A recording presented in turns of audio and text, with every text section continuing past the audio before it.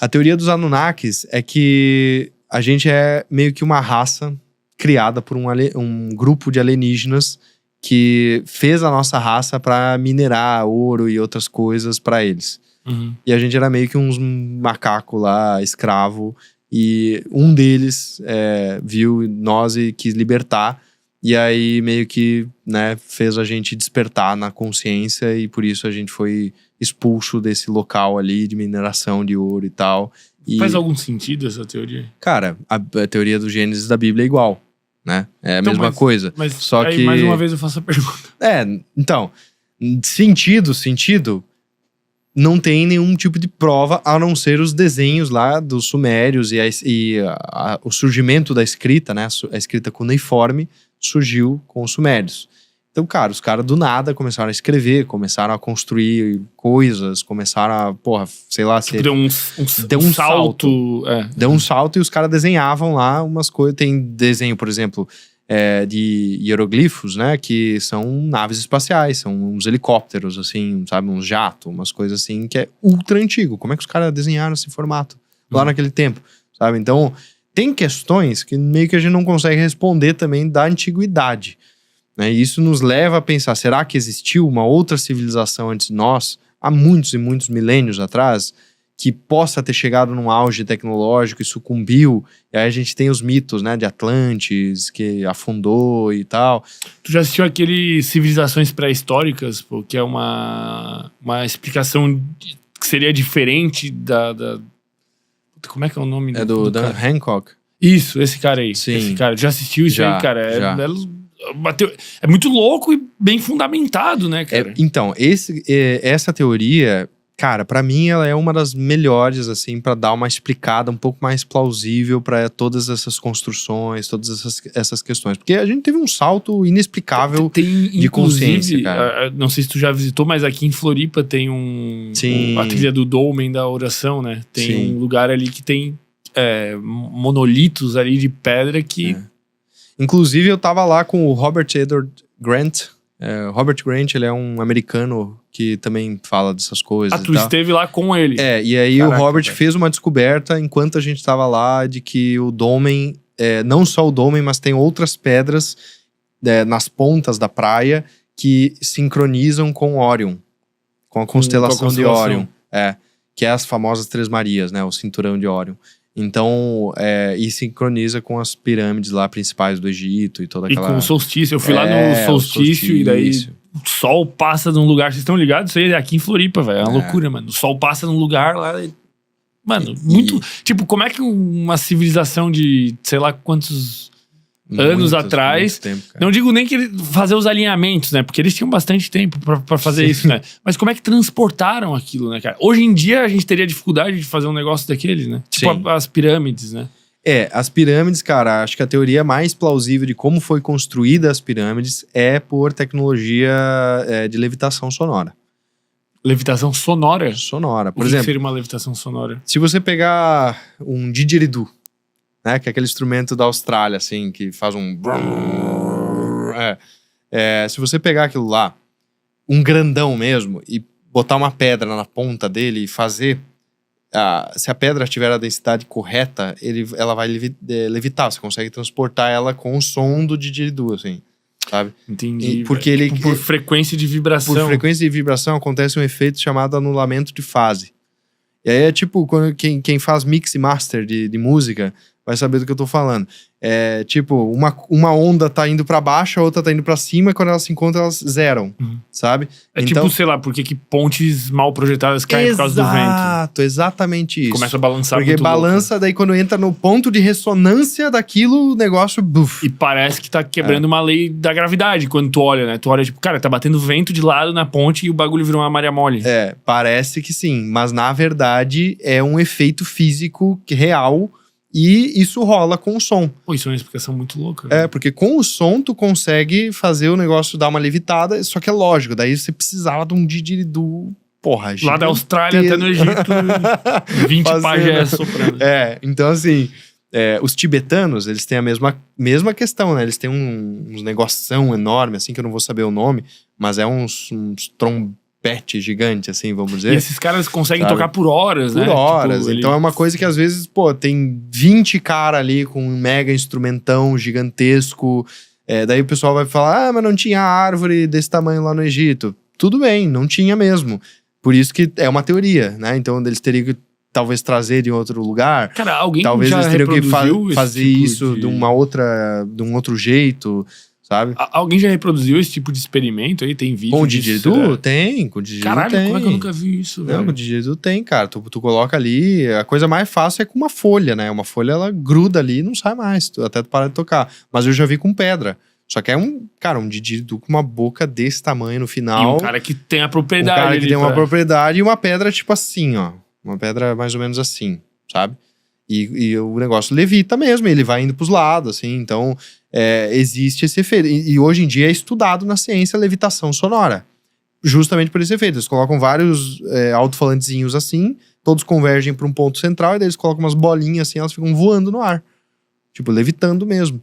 Então a levitação sonora é uma tecnologia aceita, estudada, cientificamente comprovada hoje em dia, usada hoje em dia cientificamente. E se a gente entrar nesse local, cara, as possibilidades. O Egito, ele funciona com frequência. Você entra na pirâmide. Eu particularmente não fiz esse experimento, mas eu tenho um amigo bem próximo meu que foi, inclusive tá lá agora no Egito, e eles fizeram um experimento de cantar um mantra bem baixinho na câmara do rei da pirâmide principal, e bem no cantinho tem um local de ressonância que o negócio amplifica. Então o negócio é tipo um mega amplificador. A pirâmide é um mega amplificador de frequências. E aí, dependendo das salas, eles botavam certos vasos com uma quantidade de água específica para deixar todos afinados na mesma frequência. Pra dar aquela ressoada, sabe? Então eu acho que eles tinham o conhecimento de tecnologia acústica e de frequências. Cara, nesse nível. Eu tive em Cancún, em Chichen Itza, que é a cidade maia. E aí lá, eu com meu pai, a gente lá tem os experimentos pra tu fazer, né? E aí um deles tu vai numa aquelas pirâmides são, como é que se diz? Tem 4 faces, sim. Assim. E aí numa posição específica, quando tu bate palma, retorna o som de uma ave que era sagrada pra eles, né? Então, tipo, tu bate uma palma normal e retorna, tipo, um... bizarro. E foi projetado pra acontecer aquilo. Entre todas as outras coisas, né? Tem umas cobras, e quando vinha o solstício, fazia a sombra da serpente entrando no chão, uma loucura. E tinha um outro lugar, que era como se fosse uma espécie de quadra esportiva deles lá, onde eles praticavam esportes lá, tinha que passar a bola por uma argola, e quem conseguisse tinha o direito de ser sacrificado aos deuses, né, o time que ganhava. E lá tu tinha esse fenômeno, cara, de tu conseguir se comunicar com uma pessoa, tipo, sei lá, uns 70 metros de distância, e tu falar, tipo, normal com a pessoa que tá lá, velho. É tipo um negócio assim, tu fica... Não tem explicação, velho. Tu fica tipo, caralho, tragam cientistas aqui pra me explicar como isso tá acontecendo. É muito louco isso, cara. Louco. Como é que os caras... Como é que eles chegaram nisso, né, cara? Porra, se a gente for considerar a história do Egito, lógico, tem um negócio aqui que eu vou falar que é meio sério. Mas a história arqueológica do Egito, ela é muito mais antiga do que a que a gente conhece. Por quê? Tem uma grande questão religiosa no meio de tudo isso, que é o Alcorão. O Alcorão vai nos dizer assim, o ser humano nasceu 5.000 anos atrás, meu irmão. Se tiver qualquer registro arqueológico antes disso, descarta. Eles quiseram... Entendeu? Pra delimitar qual é a fé deles, eles têm que dar uma selecionada nas investigações arqueológicas, né? Então rola essas coisas no Egito. Assim como a igreja foi contra Darwin. Sim, né? todos os outros vários outros. Então, Copérnico. Tem muito dessa questão da hegemonia de poder das instituições religiosas, e até hoje elas tentam abafar certas coisas, certos casos, e isso acontece no Egito pra caralho, assim, Não, a Esfinge, por exemplo, ela é muito mais velha do que as pirâmides. Muito mais velha. E a gente não tem nem ideia, mas a gente tem noções, por exemplo, tem erosão marítima na Esfinge. Então era uma época que o mar tava ali, sabe? Pode ser 12.000 anos atrás, pode ser 24. Cara, pode ser muito tempo atrás. E aí? E aí? A história. a história quebra, né? A história quebra no meio. Porque ela fala que nunca que uma civilização teria o desenvolvimento suficiente pra fazer uma esfinge há 10, 12, 15 mil anos atrás. Exato. Então é uma coisa que tu fica pensando assim, tá, então é uma grande mentira, é tudo uma ilusão, nada faz sentido. E talvez a história do Platão lá de Atlantis, né, que o primeiro a falar de Atlantis foi Platão, é a civilização perdida que teve há muitos e muitos milênios atrás, e realmente os caras chegaram num nível tecnológico alto, sucumbiram por falta de virtude moral, princípios, etc.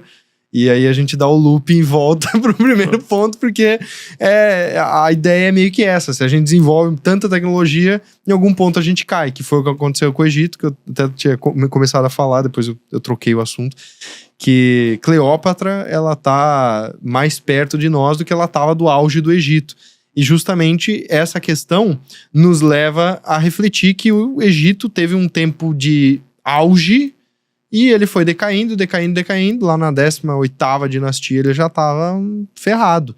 E aí toda aquela idolatria, o faraó, a própria esfinge, se a gente for pegar a proporção dela, aquela cabeça de faraó não é a original. Não é, né? Ela foi esculpida em cima do que já tinha lá, sabe? Então ela tá menorzinha em proporção com o corpo. E aí tu fica pensando assim, cara, eles deveriam conhecer coisas que a gente não conhece, eles deveriam ter um conhecimento. E a esfinge tá alinhada com a constelação de Leão. Só que para ela estar alinhada, a gente tem que retroceder o céu muitos milênios, entendeu? Uhum. E aí que a gente começa a entrar nessas teorias de um jeito um pouquinho mais fundamentado do eles construíram um leão no meio do deserto e uma pirâmide aqui ultra difícil de construir, alinhado com umas estrelas. Pra quê? Sabe? Uns índios lá da África, os Dogons, sabiam da existência de Sirius A e Sirius B. Sirius é a estrela que mais brilha no céu. Como eles sabiam de Sirius A e Sirius B se só com telescópios ultra avançados tu consegue ver as duas estrelas? Como é que eles sabiam que tinha duas? Sabe? E como é que eles atribuem? Uma tem tal raça que nos ensinou tal e tal e tal coisa. E como é que inventaram a ayahuasca, que tem que misturar duas, uma planta, um cipó e uma raiz, que a chance deles acertarem é muito difícil. Pequena. Então, tipo, é uma coisa assim que tu começa a se questionar sobre uma inteligência cósmica inerente que talvez esteja por trás dos fenômenos que a gente só vê e reage a eles. Mas que teoricamente a gente perdeu a capacidade de se conectar com isso. Teoricamente. Mas também tem um assunto polêmico. Que, cara, você sabe o que tinha ou do que era feito a Arca da Aliança? Não. A Arca da Aliança... Eu nem sei qual é a história dessa arca. A Arca da Aliança é uma arca que Moisés trouxe na peregrinação do deserto. É a Arca de Noé. Não, tem a Arca de Noé que... É outra... É que o Noé viveu numa época, tipo, 1000 anos antes do Moisés, vamos dizer.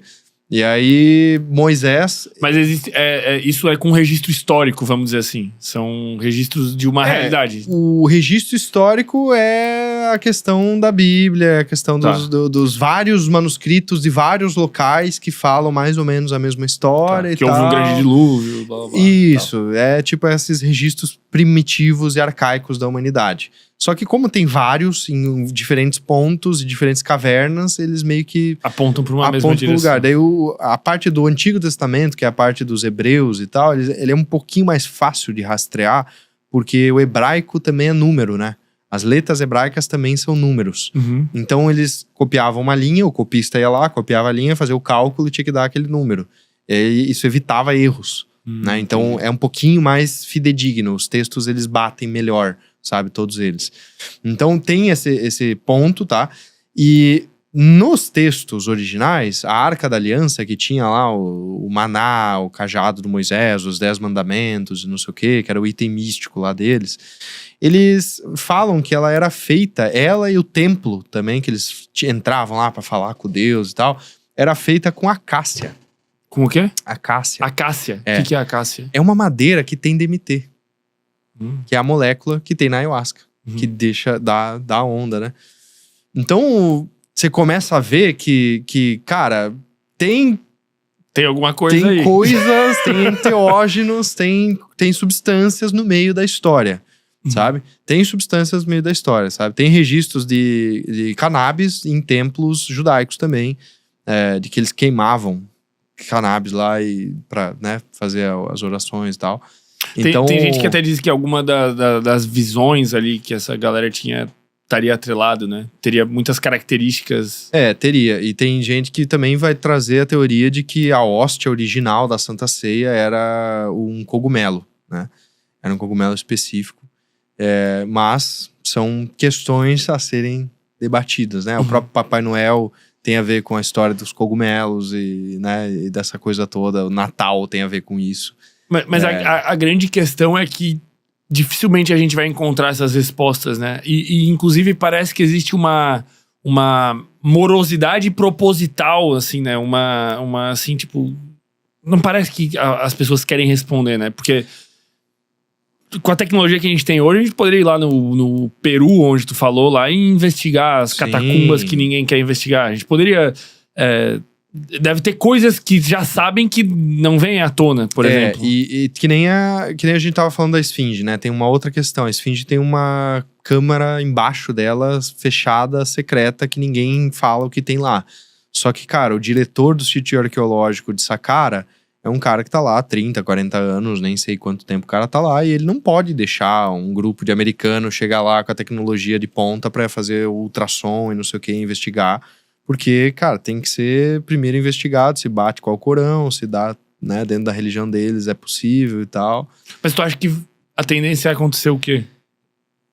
Cara, a tendência do mundo hoje, sendo bem franco, muçulmanos já tem mais que cristão no mundo, né?